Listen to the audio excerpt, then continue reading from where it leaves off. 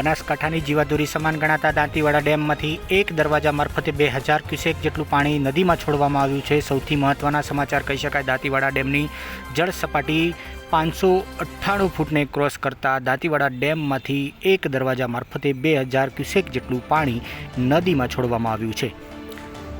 2000 જેટલું ક્યુસેક પાણી નદીમાં છોડવામાં આવતા ધરતીપુત્રોમાં ખુશીની લહેર જોવા મળી છે। નીચાણવાળા વિસ્તારોના ખેડૂતોના ભૂગર્ભના જળ છે જે ઊંચા આવશે। દાંતીવાડા ડેમમાંથી એક દરવાજા મારફતે 2000 ક્યુસેક પાણી નદીમાં છોડવામાં આવ્યું છે।